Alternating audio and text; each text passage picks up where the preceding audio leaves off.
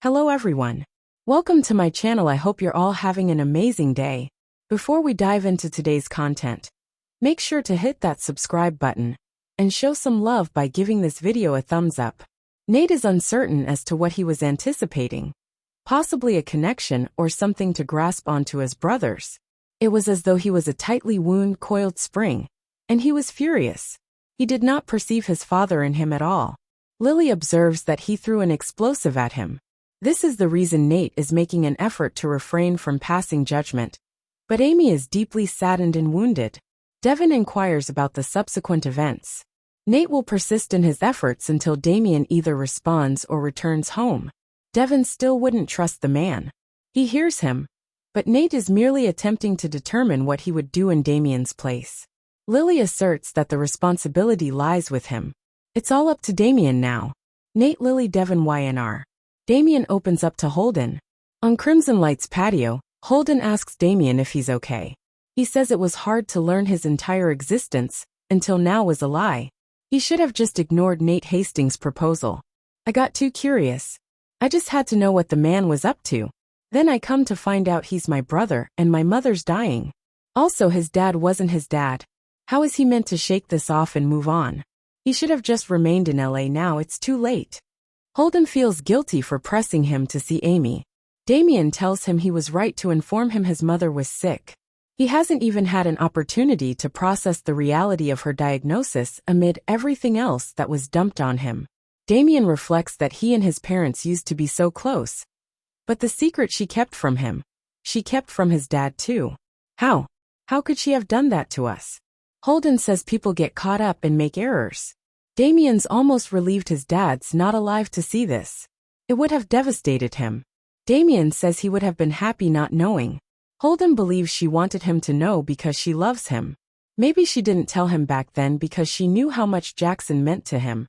But now he's gone, and from the sound of it, her time is limited too. She doesn't want to die with this lie on her conscience, and she doesn't want you to be left completely alone. Damien, Holden, YNR. Damien claims he's alone, and will still be alone after his mother is gone. Holden says, "You have a brother now." Damien snarks, whatever that means. He's got nothing right now except for a number of questions. Holden believes his mother may have answers. If she's as sick as they say she is, this might be his last opportunity. Damien contemplates, yeah. He remarks how large and painful this is. He has to take time to think things through. Holden reminds him they have enough difficulties in LA, without adding this to their plate. They're both good at shutting out the past. Maybe they should move forward and forget. Damien says he's got a pretty big slate to attempt and wipe clean. Holden notes out with all the fires they have to put out back home. They may not be able to afford to wait around and see what happens next. This has to be your call. Damien thinks he may be correct. We forget this ever happened, leave Genoa City, and don't look back. Phyllis's calls get to Billy. In the Paris apartment, Billy paces with his phone and eventually makes a call. He listens to Phyllis's voicemails asking him to contact her back. Looking in the direction of the other room first, he determines to call the redhead. In the park in Genoa City, Phyllis takes up Billy's call and gasps, "Finally! I was beginning to think you were going to ignore me forever." In the Paris apartment, Sally overhears Billy tell Phyllis she's fairly hard to ignore. Billy informs Phyllis it's a different time zone, and is late. She left him 15 messages. Phyllis has incredible news. Daniel has decided to join Abbott Communications. Billy's pleased to hear this, but he specifically told her this could wait. He confesses he took Daniel on mostly because of her. She says he'll be a genuine asset to the company. Billy's sure she's right, but what capacity will he fill? Phyllis says he's working diligently on new ideas. They'll sort it out and he'll shine. Billy's pleased the team is coming together. Phyllis is really happy that he's not using this occasion to go after Victor or Chancellor. We need to start with a clean slate. Billy carefully replies, I couldn't agree more. Phyllis wants to speak business, but Sally approaches Billy from behind. He tells her they can talk when he comes back and hangs up. Billy informs Sally he called Phyllis back to get it out of the way. Sally remarks that she can be relentless. What was so important? Billy says, nothing that matters to me in that moment. In the park, Phyllis speaks to herself about Sally and Billy and hopes he won't mess up. They can't afford another failure. Nick appears and chirps, "Hey, bad news." Phyllis queries where his breakfast date is. Could she possibly make it home without him? Nick snarks about her ability to always get a jab in. Phyllis describes Sharon a delicate flower. Nick sits down and says she doesn't seem okay. Phyllis is agitated about something. But there is something that makes her joyful. She ultimately convinced her son to work with her and Billy at his new company. Nick asks if she and Billy are teaming up again. She says they never stopped. It just appeared like it because Heather was murdered and her son was framed by Sharon. Nick growls, another dig. Nice. Phyllis is pleased her son's life is finally going to get back on track. Nick asks what the new business is specifically. Nick Phyllis YNR. In Paris, Sally and Billy kiss. She asks him to turn his phone off for the remainder of the night. He implies that she'll have to distract him. She bites her lip. I can definitely do that. Sally drags Billy into the bedroom. Nick warns Phyllis. At Crimson Lights, Phyllis and Nick continue discussing about her and Billy working together again. He discovers Abbott Chancellor is a media company. Phyllis says they have funding and are set to launch. She asks him to keep it private. Nick assures her she can trust him. He queries what Daniel's role in this is, and she says he's a creative genius. He'll be an asset to the enterprise. Nick hopes it works out for them. Phyllis smirks. How neutral of you. Nick maintains he's being genuine, but her track record working with Billy isn't the best. He fired her when Jill queries. Phyllis wonders if he's trying to sabotage this. Nick is only reminding her that Billy cares about Billy, not her. He always blows stuff up. Phyllis denies that's what happened at Abbott Chancellor. Lily was attempting to undermine Billy, and Jill decided to team with his dad to pull the rug out from under Billy. She's confident he heard a different version from his mom and dad, who shoved Lily out of the way. Nick didn't like that and told them so, but it was Jill's company. Phyllis complains she sold her son out, and says she finds it admirable Billy's not going after them for retribution. Nick is skeptical of her claim that he's not doing that. I just think that if I was you, I would hold off on getting all those brand new business cards. Nick Phyllis YNR. Damien makes a shocking decision. On the coffeehouse patio, Damien concludes he doesn't owe his mother a damn thing. Not after she kept these secrets all these years. Why should he stay around?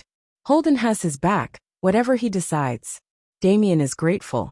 You're the only real friend I ever had. At Nate's place, he hopes Damien adores his mother enough to forgive her. He knows she made a horrible mistake by hanging on to these secrets, but she's a decent woman who deserves to leave the earth in peace. Devin asks how he'll feel about Damien if he doesn't give her that opportunity. Nate wishes he'd give Amy a damn break. She's fading. It pisses him off a bit, and he'll do whatever he can to alter his half-brother's mind. He admits they've grown close, and Amy's brought out a softer side of Audra too. Audra's compassionate and selfless with her. He doesn't know if Audra's had a positive relationship with her own mother, but her connection with Amy is real. Devin and Lily believe him. Nate says no one is just one thing.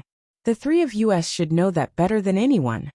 Devin questions if there's anything that can be done for Amy medically. Nate says it's worth attempting and Damien agreed to a second opinion. Lily shrugs. Maybe it's not as hopeless as you think. Nate's relations let him know they care. He just hopes it's a pleasant outcome for everybody. Lily warns him again to watch out for Damien. She doesn't like how he hid behind that Holden fellow. You don't know who or what you're dealing with. Nate Lily Devin YNR. Holden knows Audra. On the coffeehouse patio, Damien informs Holden he's going back to the hotel to pack. He'll acquire some food first inside and meet him there. Holden is shrugging on his overcoat when Audra enters the patio. He says, I was wondering when we'd finally have a moment alone. Audra tells him they have nothing to say to each other, and warns him to keep his lips shut about the past. I don't know you, and you don't know me. Got it? Holden says, that's just not true, Audra. We do know each other very well. He promises her their secrets are safe for now. You look good. Audra tells him it was ballsy to impersonate Damien. He says that's what companions do for each other. I thought we were friends too. Audra says that was for a very brief time. Holden reminds her, that he helped her out of a jam with her employer. How is Tucker, by the way? Audra asks what he desires. Holden informs her she owes him big time. Audra acknowledges that she owes him, and praises him for not saying anything to Nate. Holden shrugs. What would be the point? He marvels at the coincidence of finding her there, hooked up with the man Damien sent him to check out, who, by the way, happens to be his half-brother. Audra says it was a revelation to her too. She doesn't know what will happen between her and Nate, but he treats her better than anyone she's ever known. She's done with Tucker for good, and is a distinct person now. I like my life here and I would like that to continue. Holden tells her it's her fortunate day. He doesn't want their past coming to light, and he and Damien are bound back to Los Angeles tonight. They can all pretend this ever happened. Audra Holden YNR. Inside, Crimson Lights. Damien runs into a surprised Lily and apologizes, plainly struck by her beauty. She tells him to monitor where he's going next time and sits down. He grins. Lily Damien YNR. At Crimson Lights, Phyllis tells Nick that she understands everyone wanting to think the worst of Billy, because everyone also wants to think the worst from her. Nick apologizes. Phyllis says his first impulse was to go after Victor. She was going to assist him, but realized it wasn't worth it. She talked to Billy and told him not to go after Victor. No one who does ever wins. He concurred. Nick says, or he pretended to. Phyllis maintains they're not going after his family. His parents will have no accountability as usual. Nick says it's fortunate there's no revenge planned. He hopes it works out for her, but it's been his experience and hers to never take anything Billy says at face value. You never really know what his agenda is. Nick Phyllis YNR. Billy's mysterious call. In Paris, Billy checks to see if Sally's dozing, and then slips out of the bedroom. He dons a clothing and calls someone. Hi, it's me. I wanted to give you a brief update. Funding has been secured, staffing is finalized. Abbott Communications is a go, and we should be able to launch very quickly. He tells the person on the other end. There is one more thing I need you to do. I want you to take a deep dive into Chancellor. I want to know every single thing that's transpired there since Nikki took over. He tells the person to get back to him as quickly as they can.